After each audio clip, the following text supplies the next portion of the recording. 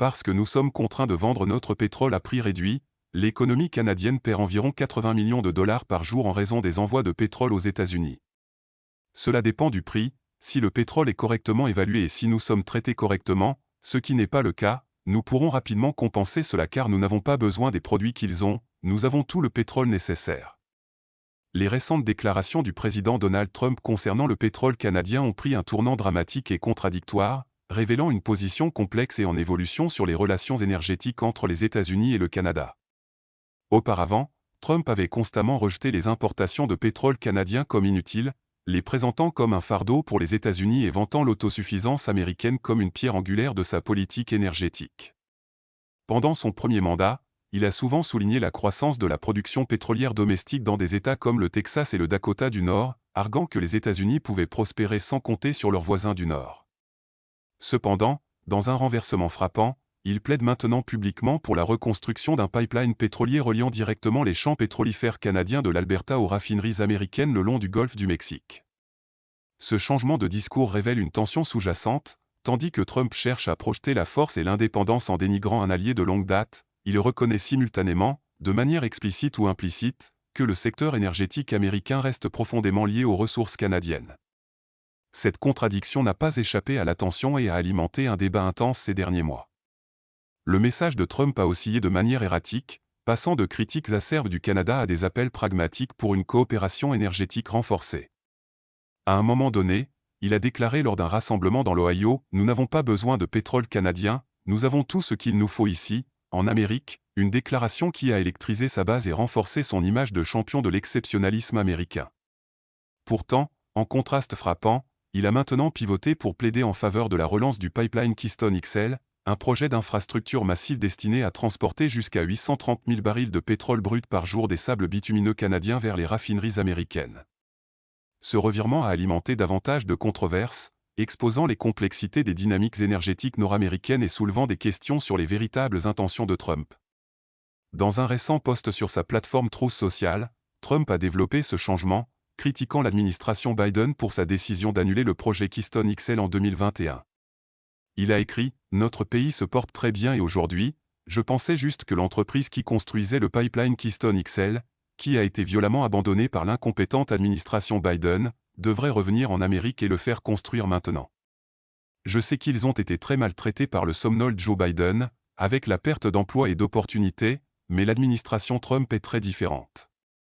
Nous parlons d'approbation facile, presque immédiate pour commencer, sinon peut-être qu'une autre entreprise de pipeline prendra le relais. Nous voulons que le pipeline Keystone XL soit construit et nous le voulons maintenant. » Cette déclaration, empreinte de bravade caractéristique, reflète l'empressement de Trump à lier la relance du pipeline à son récit plus large de résurgence économique et de domination énergétique. La poussée renouvelée pour Keystone XL a ravivé un débat féroce qui couve depuis plus d'une décennie. Des journalistes, y compris de nombreux législateurs républicains et leaders de l'industrie, soutiennent que la restauration du pipeline créerait des milliers d'emplois, estimés entre 10 000 et 20 000 postes temporaires dans la construction, et renforcerait la sécurité énergétique nord-américaine en réduisant la dépendance à l'égard de fournisseurs plus lointains comme l'Arabie Saoudite ou le Venezuela. Il souligne l'avantage stratégique de se fournir en pétrole auprès d'un voisin stable et ami plutôt que dans des régions volatiles à l'étranger. Les opposants, cependant, dont des militants environnementaux, des groupes autochtones et des politiciens progressistes, rétorquent que le projet comporte des risques considérables. Ils soulignent la possibilité de déversement de pétrole le long du trajet de 1200 km du pipeline, qui traverserait des écosystèmes sensibles comme les collines de sable du Nebraska et l'aquifère Ogallala, un vaste réservoir d'eau souterraine crucial pour l'agriculture et les approvisionnements en eau potable dans le Midwest. De plus, l'extraction du pétrole des sables bitumineux de l'Alberta est notoirement intensive en carbone, produisant des émissions de gaz à effet de serre jusqu'à 81% plus élevées que le pétrole brut conventionnel, un fait qui alarme les scientifiques climatiques et les militants en faveur d'une transition vers les énergies renouvelables. À cela s'ajoutent des obstacles réglementaires et logistiques importants. Le développeur initial, TC Energy, anciennement TransCanada, a officiellement annulé le projet Keystone XL en juin 2021 après que le président Joe Biden a révoqué son permis dès son premier jour en fonction. Depuis, TC Energy a démantelé une grande partie de l'infrastructure existante du pipeline, vendant des tuyaux en acier, abandonnant des sites de construction et réorientant son activité vers d'autres projets, notamment des projets d'énergie renouvelable. Relancer Keystone XL nécessiterait non seulement de nouveaux permis et des réexamens environnementaux, mais aussi un énorme réinvestissement en capital et en ressources, pouvant coûter des milliards de dollars. Les analystes de l'industrie se demandent si TC Energy ou une autre entreprise serait prête à prendre ce risque, compte tenu de l'évolution du paysage énergétique mondial et de la pression croissante pour décarboner.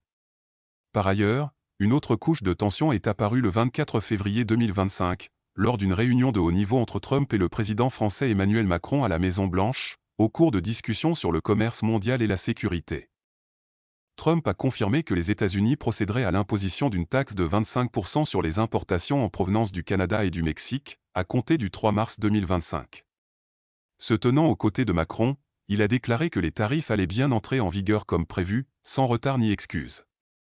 Cette décision, que Trump a présentée comme un élément central de son agenda économique d'America First, cible une large gamme de biens, mais épargne notablement les produits énergétiques, qui verront un taux réduit de 10%, en raison du rôle crucial du Canada dans les approvisionnements en pétrole et en gaz des États-Unis. Trump a précisé, peu importe ce qu'ils nous facturent, nous leur facturons pareil. Le Canada a trop profité de nous, mais maintenant, ils vont devoir payer. L'annonce a provoqué un choc sur les marchés nord-américains, les actions des exportateurs canadiens chutant et les fabricants américains se préparant à des coûts plus élevés. En réponse, le gouvernement canadien, dirigé par le Premier ministre Justin Trudeau, a promis de riposter par un plan de contre-tarifs robuste destiné à protéger ses entreprises, ses travailleurs et son économie. Les responsables canadiens ont précisé que ces mesures de représailles prendraient effet immédiatement après la confirmation des tarifs américains et resteraient en place jusqu'à ce que les restrictions soient levées. Le Canada est déterminé à défendre ses intérêts économiques, a déclaré Trudeau dans une allocution télévisée depuis Ottawa. Nous avons été un partenaire fiable des États-Unis pendant des décennies, mais nous ne resterons pas les bras croisés pendant que notre souveraineté et notre prospérité sont menacées. Nous cherchons une résolution constructive, mais nous sommes prêts à agir de manière décisive. La stratégie canadienne repose sur des tarifs réciproques de 25% ciblant 155 milliards de dollars canadiens de biens américains entrant au Canada, une mesure qui pourrait perturber le commerce transfrontalier évalué à plus de 2 milliards de dollars par jour. Le plan de contre-tarif du Canada se déroulera en deux phases soigneusement calibrées. La première, qui commencera peu après l'entrée en vigueur des tarifs américains, ciblera environ 30 milliards de dollars canadiens d'importations américaines dans divers secteurs, y compris l'agriculture. Les exportations américaines comme le bétail, le porc et les produits laitiers, essentiels à l'agriculture américaine, seront frappées de lourdes taxes, tout comme les produits frais tels que les pommes, les oranges et les fraises, les aliments transformés comme les snacks, les céréales pour petit déjeuner et les boissons gazeuses.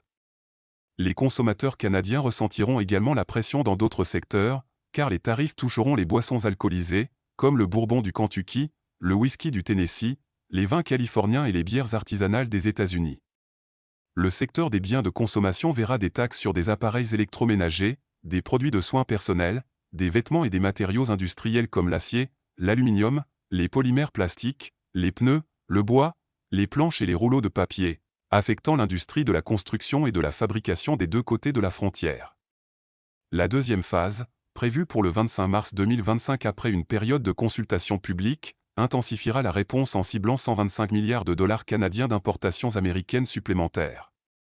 Cette phase touchera l'industrie automobile américaine, avec des tarifs sur les voitures particulières, les camions légers et les pièces automobiles comme les batteries, les pneus et les câblages électriques. Les secteurs de l'aérospatiale et de la défense, vitaux pour la puissance industrielle américaine, seront également concernés, avec des tarifs sur les composants d'avions, les systèmes radars et les services de maintenance. D'autres produits agricoles, comme le maïs, le soja, le blé, le riz et les viandes transformées, s'ajouteront à la liste, tout comme un éventail plus large de produits de consommation et industriels. Plus provocateur encore, le Canada envisage des restrictions sur les exportations de minéraux critiques, tels que le lithium, le nickel et le cobalt, essentiels à la fabrication des batteries de véhicules électriques et d'autres produits de haute technologie. Les États-Unis dépendent fortement des approvisionnements canadiens en ces minéraux, et toute perturbation pourrait avoir des répercussions sur des industries déjà confrontées à des problèmes de chaîne d'approvisionnement. Au-delà des tarifs, le Canada explore un éventail de mesures de représailles non tarifaires pour exercer sa puissance économique. Une stratégie audacieuse consiste à interdire aux entreprises américaines de soumissionner pour des contrats de marché public canadiens, une mesure qui pourrait empêcher les entreprises américaines de participer à des projets lucratifs comme la construction d'autoroutes, les appels d'offres pour les équipements militaires et les mises à jour des transports publics. Cette tactique vise à rediriger des milliards de dollars de dépenses publiques vers des entreprises canadiennes tout en envoyant un message clair à Washington. De plus, des contrôles à l'exportation sur les ressources clés sont à l'étude, y compris la possibilité de limiter les expéditions de pétrole et de gaz naturel vers les raffineries américaines. Une telle mesure frapperait au cœur de la rhétorique énergétique de Trump, étant donné que le Canada fournit plus de 4 millions de barils de pétrole brut par jour aux États-Unis, soit plus de 60% des importations américaines de pétrole. Les gouvernements provinciaux s'intensifient également, l'Office des alcools de l'Ontario annonçant des plans pour retirer les boissons alcoolisées fabriquées aux États-Unis de ses étagères, remplaçant le Jack Daniels et le Budweiser par du whisky et de la bière canadien. Ces mesures reflètent une stratégie plus large visant à affirmer un levier tout en protégeant les consommateurs et les entreprises canadiennes d'un préjudice excessif. Les racines de cette guerre commerciale croissante remontent aux commentaires de plus en plus inflammatoires de Trump à propos du Canada ces derniers mois.